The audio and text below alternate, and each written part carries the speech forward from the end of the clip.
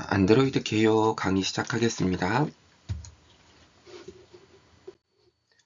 학습 목표입니다. 모바일 운영체제인 안드로이드의 특징과 구조를 설명할 수 있다. 안드로이드 스튜디오를 다운로드하고 설치할 수 있다. 세 번째로 안드로이드 스튜디오를 이용하여 프로젝트를 만들고 앱을 빌드하여 에뮬레이터에서 실행할 수 있다. 네 번째로 안드로이드 스튜디오를 이용하여 디버깅을 할 수 있다. 마지막으로 앱 자동 테스트를 할 수 있다. 입니다. 이 디버깅 같은 경우에는 여러분들이 앞으로 수업 실습을 진행하면서 매우 자주 사용을 하기 때문에 반드시 잘 알고 넘어가셔야 되고요. 앱 자동 테스트의 경우에도 여러분들이 실습 검사를 위해서 필수적으로 필요하기 때문에 꼭 잘 설치해서 확인해 보시기 바랍니다. 안드로이드는 스마트폰이나 태블릿, 스마트워치 등의 모바일 디바이스를 위한 모바일 운영체제입니다. 리눅스 커널을 기반으로 그 위에 여러 소프트웨어 스택이 쌓여 있습니다. 대표적으로는 C++ 라이브러리가 있고 또 그 위에 안드로이드 런타임이라고 하는 것이 있고 그 다음에 그 위에 응용 프레임워크들이 있습니다. 이건 뒤에서 좀 더 자세히 설명하겠습니다. 그리고 안드로이드는 오픈소스 프로젝트를 기반으로 개발이 되고 있고요. 그리고 구글은 이 안드로이드 오픈소스 프로젝트를 기반으로 해서 이제 1년에 한 번 또는 두 번씩 안드로이드 새 버전을 출시를 하고 있습니다. 이 AOSP를 기반으로 한 다른 OS도 존재를 하긴 하는데요. 영향력은 크지 않습니다. 사이트는 오픈소스 프로젝트 사이트는 이 주소에서 확인할 수가 있습니다. 안드로이드는 2008년 9월 1.0이 첫 출시가 된 이후로 계속 꾸준히 버전업이 되어서 2023년 10월 안드로이드 14까지 출시가 되었습니다. 그리고 현재는 안드로이드 15가 프리뷰 버전으로 나와 있는 상태고요. 24년 3분기에 정식 출시될 예정입니다. 안드로이드의 버전 번호는 처음에는 이렇게 디저트 이름으로 이렇게 쭉 출시가 되다가 안드로이드 10부터는 디저트 이름으로 공개되지 않고 숫자 버전 이름으로 공개되고 있습니다. 그리고 API 레벨도 번호가 따로 이렇게 붙어 있는데요. API 레벨은 API가 변경될 때마다 바뀌고 있습니다. 그래서 안드로이드 메이저 버전 번호가 바뀔 때도 당연히 API 레벨이 바뀌고요.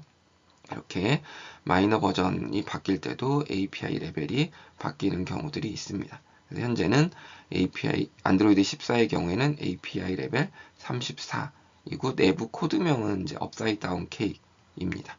우리가 그냥 보통 안드로이드 14 또는 API 레벨 34라고 부를 겁니다. 안드로이드는 리눅스 커널을 기반으로 해서 그 위에 여러 소프트웨어들이 쌓여있는 소프트웨어 스택으로 이루어져 있습니다. 기존 리눅스 커널에 안드로이드만을 위한 디바이스 드라이버라든지 전원 관리 기능들을 추가해 놨고요. 그리고 보안 기능들을 추가한 것입니다. 그리고 커널에 넣지 못한 몇 가지 디바이스 드라이버 기능들 일부를 유저 레벨의 HAL이라고 하는 소프트웨어 레이어에 구현을 해 놨는데요. 자, 이거는 커널에 넣지 않고 유저 레벨로 뺀 이유는 이 리눅스 커널이 GPL 라이선스를 따릅니다. 그래서 커널에 뭔가 변경을 가하게 되면은 그것도 모두 다 강제로 소스를 공개를 해야 됩니다. 그래서 유저 레벨로 몇 개 기능을 뺨으로써 얘들은 GPL을 따르지 않아도 되기 때문에 소스 강제 공개 규정을 따르지 않아도 됩니다. 그래서 이렇게 HAL이라고 하는 레이어를 따로 만들어 놨고요. 그래서 여기에도 디바이스 드라이버에서 하는 역할들을 일부를 담당을 하고 있습니다. 그리고 그 이외에는 이제 네이티브 라이브러리에서 C++로 구현되어 있는 오디오 기능들, 그 다음에 C 라이브러리, CQ 소켓 라이브러리, 폰트 관련된 거, 미디어 관련된 거, 3D 그래픽 관련된 거, 데이터베이스 웹 관련된 거, 그 다음에 그 GUI 구현 관련된 등등의 기능들을 C++ 라이브러리로 구현을 해놨고요. 특히 립시 같은 경우에는 GNU-C 라이브러리는 역시 GPL이기 때문에 그걸 사용하지 않고 별도의 다른 C 라이브러리를 쓰고 있습니다. 그 다음에 이제 런타임이라고 해서 이거는 이제 안드로이드의 실제 앱 그 art라고 해서 그 코틀린이나 자바로 컴파일 되면 이제 바이트 코드가 나오는데 그 바이트 코드를 이제 달비 코드라는 걸로 바꾸게 되고 그게 여기에서 그 실행이 됩니다. 그래서 그 달비 코드를 실행하기 위한 그 런타임 이고요. 그 위에 여기에 이제 여러 가지 그 라이브러리들을 같이 포함을 하고 있습니다. 그리고 그 위에는 이제 그 달비 코드로 그 달비 코드로 만들어진 프레임워크와 실제 앱들이 존재를 합니다. 이 프레임워크들은 뭐 컨텐트 프로바이더, 뭐 액티비티 매니저, 로케이션 매니저 등등이 있는데요. 이런 것들은 이제 앞으로 여러분들이 안드로이드를 배워가면서 얘네들이 제공하는 API들을 배우게 됩니다. 이제 그 위에 이제 앱들이 구현이 되어 있는 거고요. 이제 시스템 앱들이라고 해서 기본적으로 안드로이드 처음 설치될 때 같이 포함되어 있는 기본 시스템 앱들이 있고, 그 다음에 사용자가 추가로 설치하는 이제 서드 파티 앱들이 존재하게 되죠. 이런 앱들도 역시 달빅 바이트 코드로 되어 있습니다. 이제 앞으로 이제 여러분들이 여기 프레임워크에서 제공하는 API들로 이런 앱들을 어떻게 안드로이드 스튜디오로 개발하는지를 이제 배우게 될 것입니다. 안드로이드의 개발 환경은 안드로이드 스튜디오 설치만 하면 됩니다. 이 링크에서 최신 버전을 다운로드해서 설치하면 됩니다.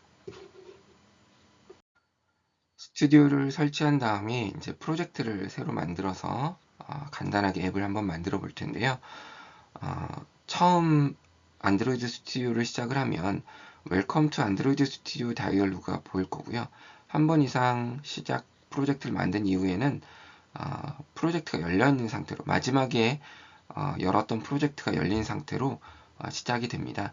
자, 이 웰컴 투 안드로이드 스튜디오 다이얼로그에서는 Create New 프로젝트를 선택을 하면 되고요. 프로젝트가 열려 있는 상태에서는 파일 메뉴에서 New 프로젝트를 선택을 하면 됩니다. 자, 그러면 이제 이와 같은 그 프로젝트 템플릿을 선택하는 화면이 나오고요. 여기서 폰앤 태블릿을 선택을 하시고 여기 Empty Views Activity를 선택을 하면 됩니다. 반드시 이걸 선택을 해야 됩니다. 이런 모양이 있는 이 Empty Activity는 컴포즈를 사용하는 것이기 때문에 우리가 당분간은 쓸 계획이 없습니다. 따라서 컴포즈가 아닌 Empty Views Activity를 반드시 선택을 해야 됩니다. 네. 자, 그걸 선택을 하고 다음을 누르게 되면 이렇게 프로젝트 설정을 입력을 할 수가 있는데 여기에 프로젝트 이름, 그 다음 실제로 저장될 위치, 그 다음에 사용할 언어. 우리는 코틀린으로 할 거기 때문에 코틀린으로 선택을 하시고요. 기본이 코틀린으로 선택이 되어 있을 겁니다. 그리고 미니멈 SDK는 API 24, 안드로이드 7.0이 아마 디폴트로 선택이 되어 있을 거고요. 그 다음에 빌드 컨피규레이션 랭귀지는 코틀린 DSL, 레커멘디드로 되어 있는 걸 선택을 하면 됩니다. 자, 요 각각에 대한 설명을 간단히 해보면 이름은 프로젝트, 말 그대로 프로젝트 이름이 되겠고요. 이거는 프로젝트 파일, 소스 파일 등 모든 것들이 저장되는 디렉토리를 지정을 하는 거고요. 그다음 랭귀지는 사용할 언어 선택하는 거고요. 그다음 미니멈 SDK는 여러분들이 지금 이 프로젝트에서 만들려고 하는 앱이 최소 API 24를 제공하는 시스템에서만 안드로이드에서만 실행이 가능하다라는 얘기입니다. 즉 여러분들은 이것보다 옛날 API를 지원하는 그러니까 옛날 버전에서는 여러분들 앱이 구동되지 않을 거란 얘기입니다. 즉 최신 API 24 이상에서만 동작을 할 거라는 얘기거든요. 그러다 보니까 이제 그 예전 버전에서는 앱이 동작하지 않는다는 얘기입니다. 그래서 너무 최신 API를 사용을 하게 되면 그 API를 그러니까 최신 버전 안드로이드를 가지고 있는 사용자가 적을 수 있기 때문에 여러분들의 앱을 실행할 수 있는 사용자의 수가 줄어들겠죠. 대신 너무 옛날 거를 선택을 하게 되면 사용할 수 있는 사용자는 많아지겠지만 새로운 기능을 쓰기가 어려울 수 있겠죠. 따라서 적절한 API 레벨을 선택을 하는 게 필요한데 보통 권장하는 걸 사용하면 됩니다. 그래서 보통 여기 선택을 해보면 대충 몇 퍼센트 정도의 사용자들이 사용할 수 있을 거라고 나옵니다. 여기 96.3%라고 나오는데요. 이 정도면 대부분 다 사용할 수 있을 거라고 보면 됩니다. 여러분들 주변에 둘러봐도 안드로이드 7.0 쓰는 아마 안드로이드 사용자는 거의 없을 겁니다. 네. 더 훨씬 최신 버전을 이미 쓰고 있을 거예요. 그리고 빌드 컨피규레이션 랭귀지라고 하는 거는 여러분들 이제 빌드 설정을 예전에는 뭐 그루비 언어로 쓰다가 이제 코틀린을 지원을 하게 됐는데요. 그래서 코틀린 DSL을 권장을 합니다. 그래서 요거를 쓰시면 되겠고요. 코틀린 DSL은 코틀린 문법으로 되어 있기 때문에 여러분들이 좀 더 익숙하게 코틀린을 배우고 나면 좀 더 익숙하게 쓰실 수가 있습니다. 자, 그렇게 해서 프로젝트를 이제 피니시를 눌러 새로 만들고 좀 기다리고 나면 이런 화면이 이제 뜨게 됩니다. 컴퓨터 사양에 따라서 적게는 1, 2분, 길게는 5분 이상이 걸릴 수도 있습니다. 왜냐면은 여러 가지 필요한 라이브러리들을 다운로드 받고 하는 시간들이 좀 걸리기 때문에 처음에 프로젝트를 새로 만들 때 시간이 좀 걸리는 편입니다. 그래서 간단히 이 UI를 간단히 설명을 하면 이제 왼쪽이 프로젝트 파일들을 보는 메뉴가 되겠고요. 여기 앱이라고 하는 게 여러분들이 이 프로젝트의 기본으로 만들어지는 앱 이 모듈인 앱입니다. 이 안에 이제 뭐 매니페스트라고 하는 거, 그 다음에 소스 파일들, 리소스 파일들, 그 다음에 빌드 설정 파일들이 들어가 있게 됩니다. 그 다음에 여기 몇 가지 또 다른 정보들을 볼 수 있는 버튼들이 있고요. 여기에도 있고요. 여기에도 있습니다. 그래서 이거는 이제 최신 UI고요. 옛날 UI는 요거하고 좀 다르게 생겼습니다. 저는 이제 최신 UI를 좀 더 깔끔해서 이거를 이제 쓸 거고요. 옛날 UI를 쓰고 싶은 사람은 클래식 UI로 메뉴에서 되돌아가면 됩니다. 자, 그리고 이제 요 창은 이제 현재 여기서 선택해서 소스 파일들이라든지 여러 설정 파일들, 리소스 파일들을 볼 수 있는 창이고요. 이쪽 화면은 이제 여기 있는 것들을 눌렀을 때 나오는 겁니다. 그래서 요거는 디바이스 매니저라고 해서 에뮬레이터라든지 아니면은 실제 연결되어 있는 안드로이드 기기들을 볼 수가 있고요. 요 맨 마지막에 있는 버튼을 누르면 실제 현재 수행 중인 에뮬레이터를 볼 수 있는 창을 보여주는 버튼입니다. 여러분들은 처음 안드로이드 스튜디오를 설치를 하게 되면 요게 아마 보이지 않을 텐데요. 저는 이제 뒤에 얘기하겠지만 새로 에뮬레이터를 만들어 놓은 겁니다. 그래서 이런 만들어져 있는 에뮬레이터가 보이고 있는 상황이고요. 자, 여러분들이 이제 프로젝트를 만든 다음에 이거를 코드를 전혀 추가하지 않아도 기본적으로 헬로 월드라는 글자가 찍히는 코드가 작성이 되어 있습니다. 그래서 그냥 앱을 실행을 해보면 헬로 월드가 표시되는 앱을 볼 수가 있는데요. 그러기 전에 먼저 이제 에뮬레이터를 먼저 만들어야 합니다. 그래서 에뮬레이터는 메뉴의 툴즈의 디바이스 매니저라고 하는 걸 선택을 해도 되고요. 아니면은 요 버튼을 눌러도 됩니다. 그럼 이제 이렇게 나오게 되고 여기에 더하기 버튼을 누르세요. 더하기 버튼을 누르면은 에뮬레이터를 추가하는 이제 윈도우가 뜨는데요. 거기 디바이스 데피니션에서 폰 픽셀 7을 선택을 하시고 그 다음에 시스템 이미지에서는 업사이드 다운 케이크 X8664를 선택을 하세요. 처음에 이미지 다운로드가 필요할 수 있습니다. 시간이 좀 걸릴 테고요. 그 다음에 피니시 버튼을 누르시면 에뮬레이터가 이렇게 만들어진 걸 확인할 수가 있습니다. 참고로 여러분들이 에뮬레이터에서 수행을 하려면 여러분 안드로이드 스튜디오를 실행하는 컴퓨터의 메모리를 보통 16기가 정도는 권장을 합니다. 에뮬레이터도 메모리를 차지하고 안드로이드 스튜디오도 메모리를 꽤 쓰기 때문에 8기가를 쓰는 사람도 많을 텐데 이건 좀 매우 좀 버거울 거고요. 16기가 정도는 돼야 쾌적하게 쓰실 수가 있습니다. 그 다음에 생성한 앱을 이제 에뮬레이터로 실행을 하려면은 간단하게 이 스튜디오 툴바에서 아마 이게 기본적으로 선택이 되어 있을 텐데요. 픽셀 7 API 34 방금 만든 거 선택을 하고 그 다음에 실행할 앱을 선택을 하고 이것도 선택이 되어 있을 겁니다. 그 다음에 이 실행 버튼을 누르면 됩니다. 또는 메뉴에 Run run 앱을 선택을 해도 됩니다. 그렇게 하면 이제 시간이 꽤 지난 다음에 오래 걸리면은 뭐 10분 정도가 걸릴 수도 있습니다. 컴퓨터에 따라서. 특히 노트북 같은 경우는 꽤 느립니다. 그래서 앱이 실행이 되는 걸 확인할 수가 있습니다. 이렇게 빌드가 완료가 되고 나면 이 코드가 이제 빌드가 되고 이렇게 에뮬레이터가 시작이 되고, 자, 이게 이제 에뮬레이터를 보여주는 건데 자동으로 이 에뮬레이터 화면이 나옵니다. 그리고 그 전 디바이스 매니저 본 화면 이 버튼을 누르면 그 화면을 볼 수가 있고요. 하여튼 빌드가 완료가 되고 이렇게 실행하는 화면까지 볼 수가 있습니다. 여기 헬로 월드라고 표시가 되고요. 여기 밑에 이제 상태 창에는 이제 빌드 창, 그 다음에 여기 이제 빌드 창이고요. 이건 실행 창이고, 실행 창에서는 사실 별로 볼 게 없습니다. 정상적으로 실행이 됐는지만 볼 수 있고요. 그다음 여러 가지 이제 그 로그 같은 경우는 이 로그캣에서 확인을 할 수가 있습니다. 네, 여러분들 지금은 뭐 특별히 출력되는 것, 여러분들이 출력한 게 없기 때문에 볼 일은 없을 테고요. 자, 그래서 어쨌든 이렇게 실행이 되는 걸 확인할 수가 있습니다. 자, 그 다음에 이제 에뮬레이터가 아니라 실제 디바이스에서 실행을 시켜볼 수도 있는데요.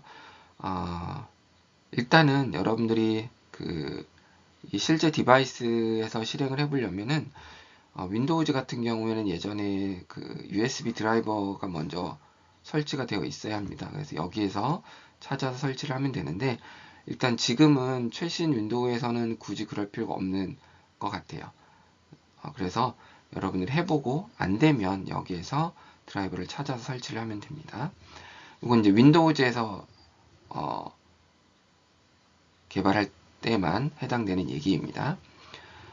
다음에 이제 디바이스하고 PC를 USB 케이블로 연결을 하고요. 그 다음에 그 안드로이드 디바이스의 환경 설정에서 개발자 옵션을 선택한 다음에 USB 디버깅 허용을 해줘야 합니다. 근데 이제 개발자 옵션이 보이지 않는 경우가 대부분일 텐데요. 이거는 이제 숨겨져 있어서 그렇습니다.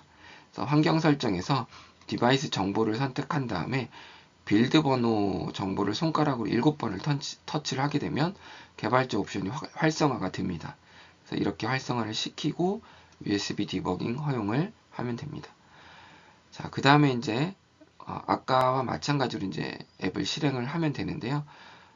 근데 이제 그 전에 그 툴바에서 만약에 이제 에뮬레이터로 선택이 되어 있으면 실제로 연결되어 있는 실행 그 타깃 디바이스, 그러니까 실제 디바이스를 선택을 해야 됩니다.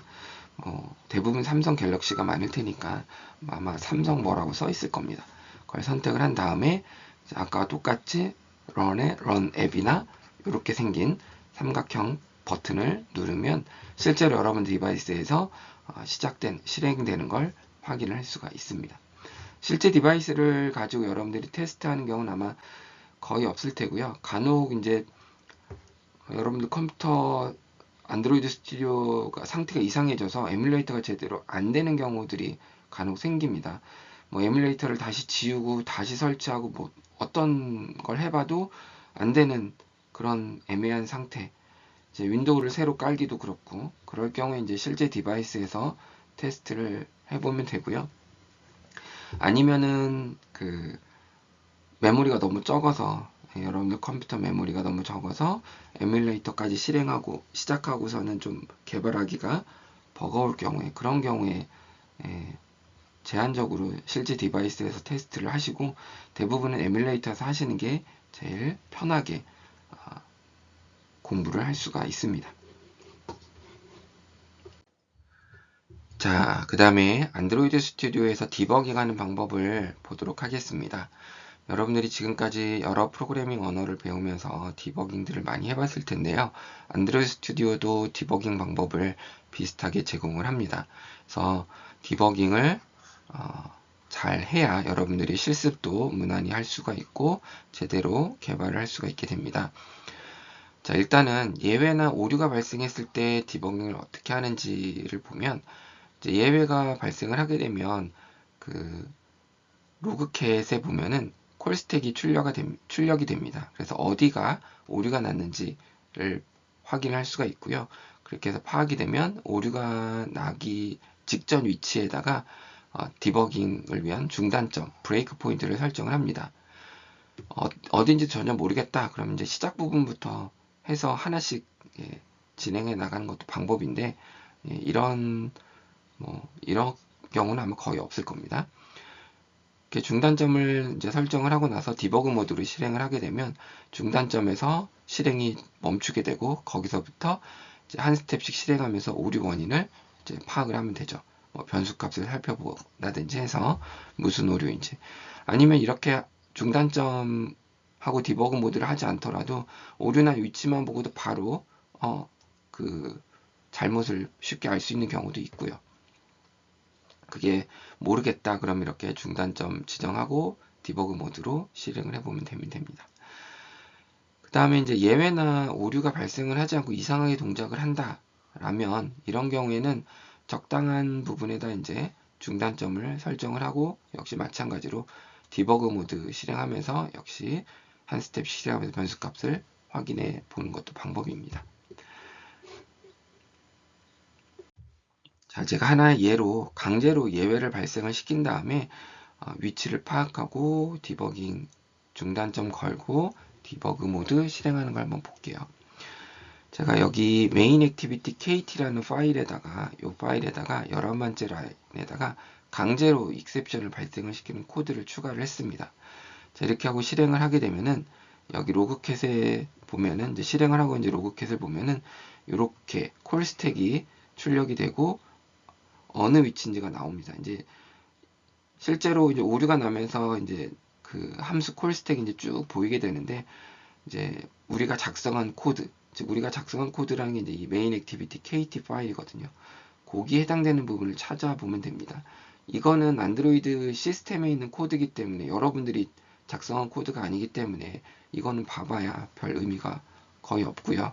여러분들이 작성한 코드에서 보시면 됩니다. 그래서 여기 11번째 라인에 오류가 났다라는 걸 알 수가 있게 됐죠. 이거는 이제 억지로 집어넣은 거기 때문에 바로 확인이 가능한데, 만약에 잘 모르겠다, 그런 경우에는 이제 중단점을 설정하고 디버그 모드를 실행을 하면 됩니다. 그래서 중단점을 지정하는 거는 이 부분을 클릭을 하면 됩니다. 클릭을 하면 이렇게 빨간 점이 생기면 중단점이 설정이 된 거고요. 다시 클릭하면 이게 사라집니다. 그래서 이렇게 클릭을 하고 디버그 모드를 실행을 합니다. 메뉴에 run 디버그 앱을 하거나 아니면 툴바에 요 버그 벌레 모양 버튼을 누르면 디버그 모드로 실행이 됩니다. 디버그 모드로 이제 쭉 실행이 되면 이제 요 중단점 표시가 된 이 부분에서 이제 멈추게 됩니다. 그래서 이렇게 파란색 줄이 가게 되고요. 여기서 멈췄다는 얘기는 이 줄은 아직 실행되기 전입니다. 즉 앞에까지만 실행이 된 거고요. 여기가 실행되기 전이고, 여러분들이 이 버튼들을 이용해서 디버거 동작을 제어를 할 수 있습니다.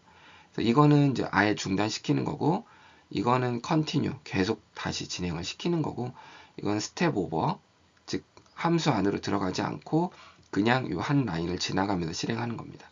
이건 스텝 인투예요. 스텝 인투는 여기가 함수 호출이라고 하면 그 함수 안으로 들어가는 거고요. 이건 스텝 아웃. 만약에 여기서 스텝 아웃을 하게 되면 요 현재 있는 함수의 밖으로 빠져나가게 됩니다. 즉 현재 이 함수를 호출한 콜러한테 되도록 하는 거죠. 이런 걸 이용해서 디버거를 할 수가 있고요. 그 다음에 요건 현재 멈춘 상태에서의 스택 프레임을 보여주는 거고요.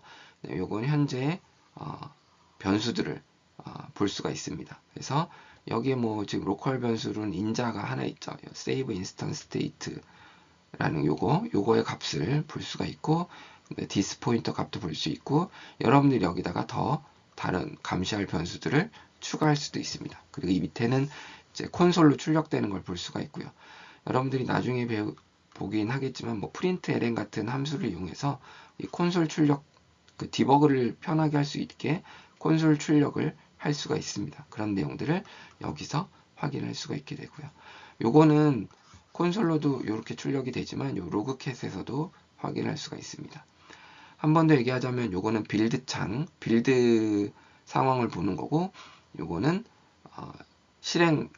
그냥 실행했을 때 상황 보는 거고, 요건 디버그, 현재 지금 디버그 모드로 볼 때 보는 이 화면을 보여주는 거고요. 요건 로그캣, 로그 출력 보여주는 겁니다. 그래서 지금 디버그 모듈이 실행이 됐다고 해서 여기가 녹색으로 표시가 되어 있고요. 중단을 하려면은 이 버튼을 눌러도 중단이 되지만 이걸 눌러도 실행을 중단을 할 수가 있습니다. 여러분들이 이제 이 디버거 동작 제어 버튼을 이용해서 실행을 해 나가면서 변수들을 보면서 오류의 원인을 찾아 나가면 되겠죠. 참고로 이거는 이렇게 클릭하면서 보기보다는 단축키가 있습니다. 단축키를 외워서 F7, F8 이런 단축키가 있는데 그걸 외워서 쓰는 게 편리합니다. 자, 그 다음에 마지막으로 앱 자동 테스트에 대해서 설명을 할 텐데요.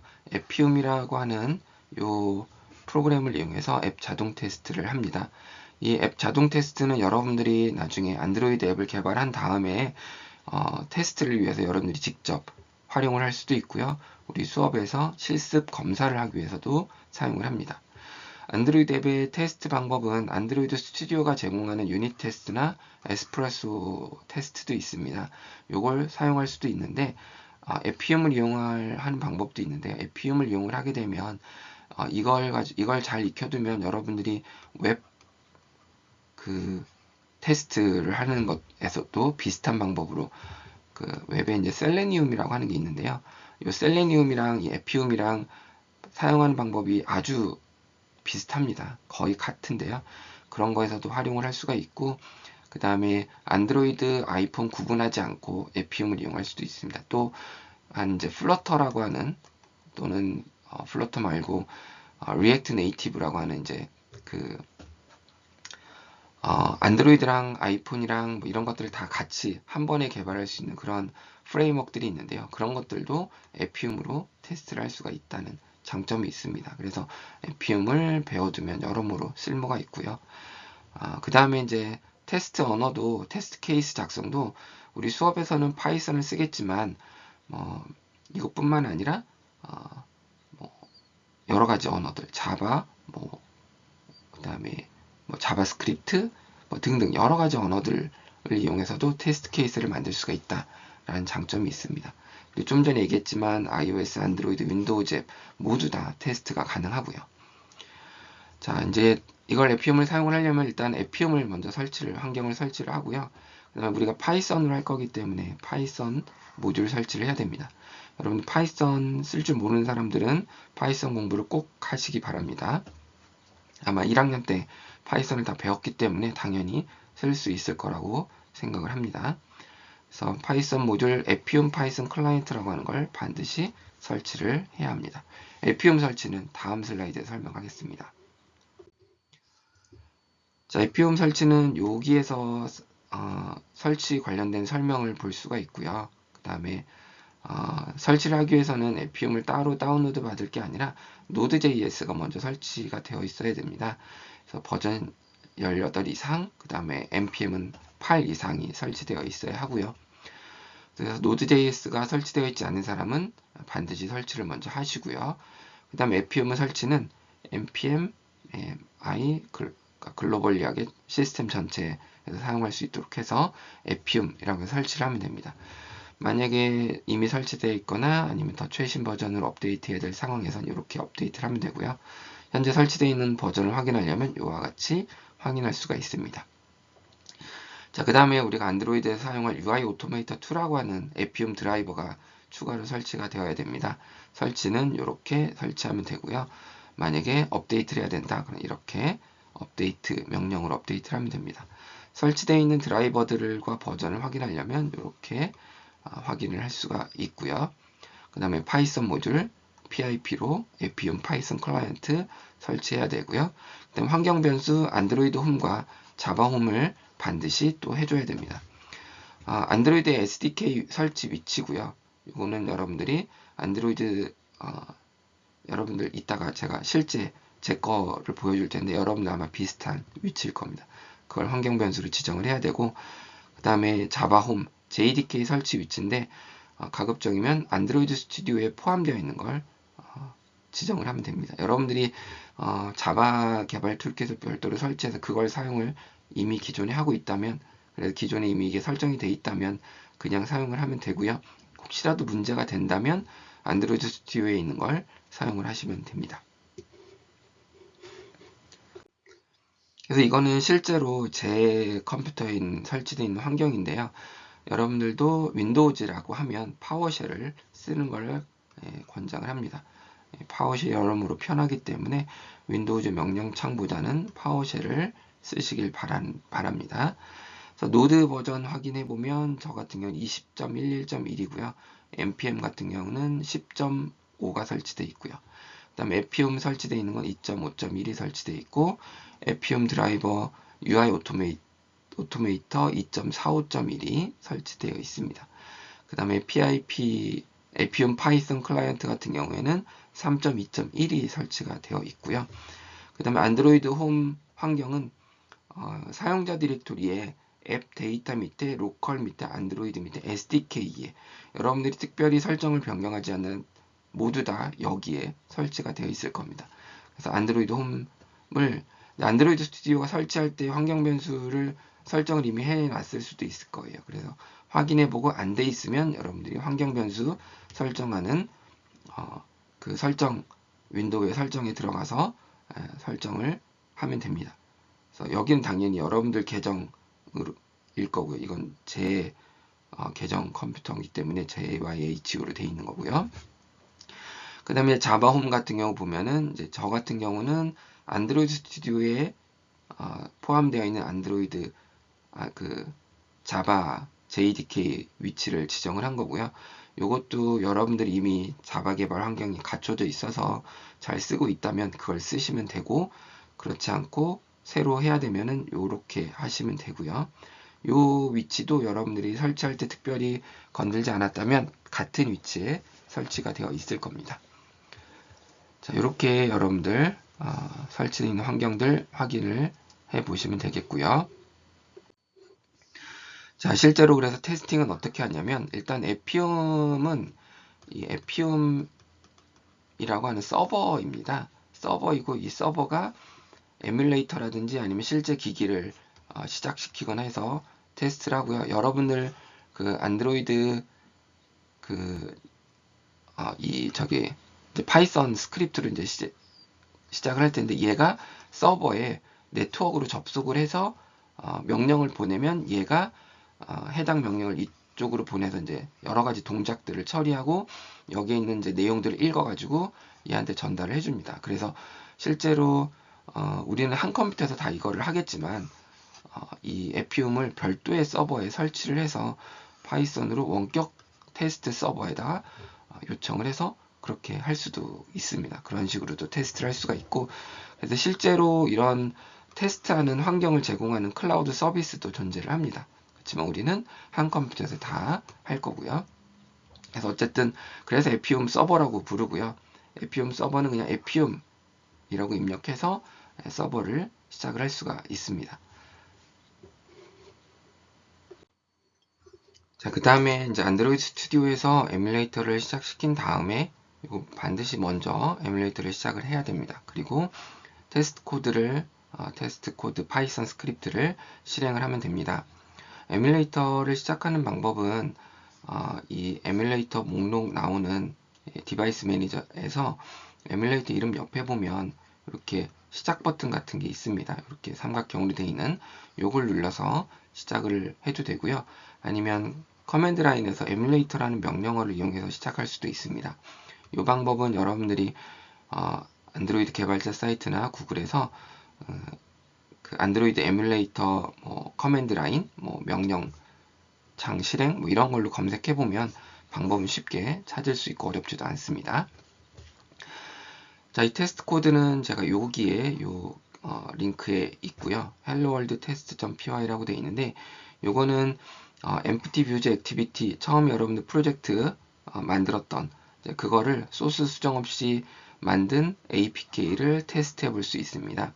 그래서 테스트 코드의 위치를 여러분들이 이 소스 코드 안에 보면 앱 로케이션이라고 하는 변수가 있는데, 요게 APK 위치만 지정해주고 실행을 하면 됩니다.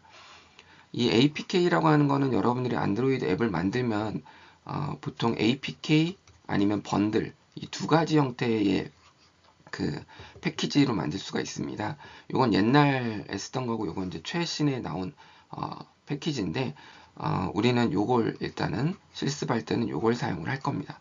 그래서 요 APK로 만든 거의 위치를 지정을 해주고 시작을 하면 되는데, 요 위치를 어떻게 알 수 있냐면은 안드로이드 스튜디오에서 빌드 번들 APK에서 빌드 APK를 합니다.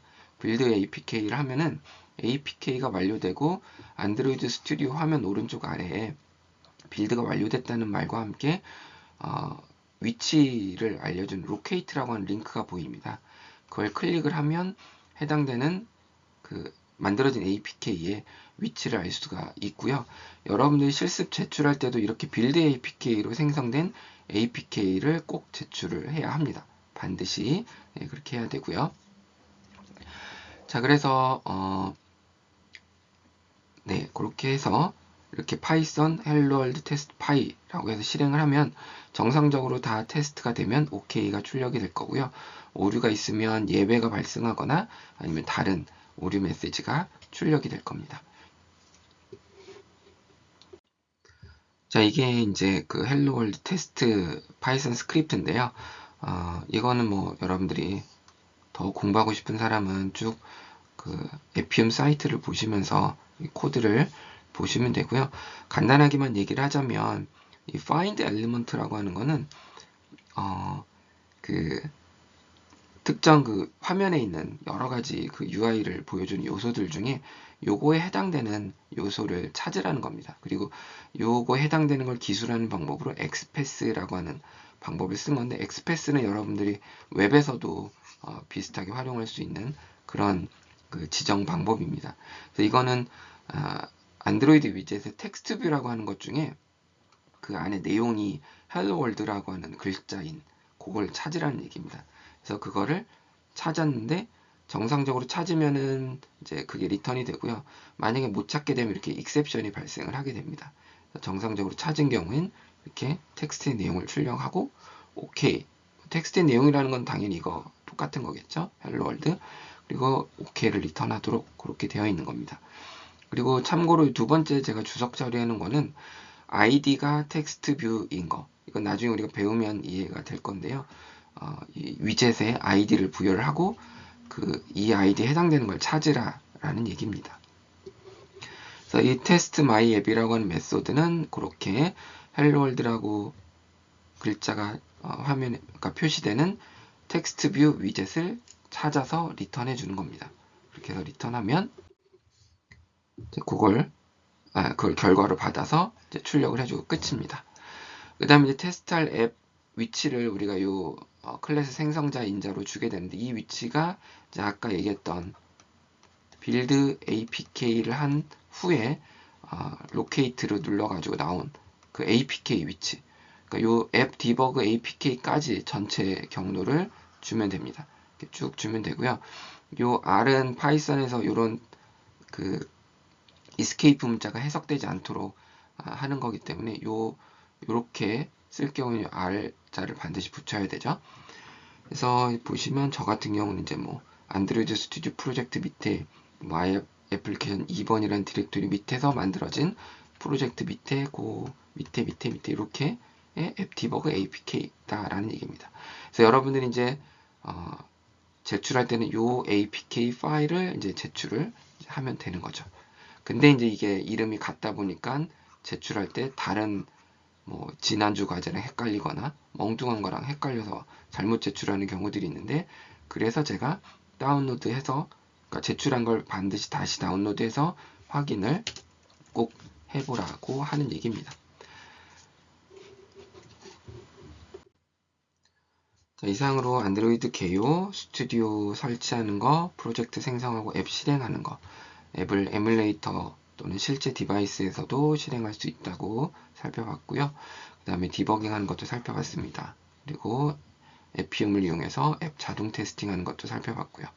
그래서 디버그 모드는 프로그래밍 하는데 필수입니다. 그래서 여러분들 잘 익혀두시길 바랍니다. 자, 이상으로 안드로이드 개요 강의 마치도록 하겠습니다.